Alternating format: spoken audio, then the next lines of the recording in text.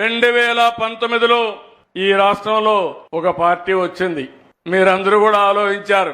ఒక్క ఛాన్స్ అన్నాడు, అందరూ ఏమారారు.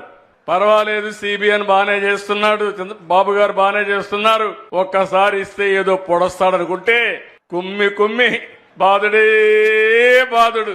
అవునా కాదా? నరుకుడే నరుకుడు. అంటే ఎందుకు నేను ఈ మాట వాడుతున్నానంటే రాజకీయాల్లో కొన్ని విలువలుంటాయి. నేను 45 ఏళ్ల నుంచి రాజకీయాల్లో ఉన్నా.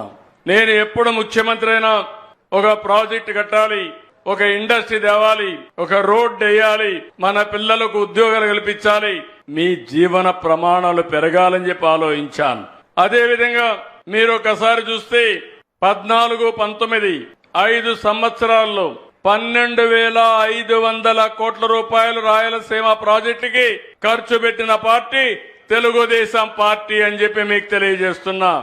రాయలసీమ గురించి మాట్లాడుతున్నా.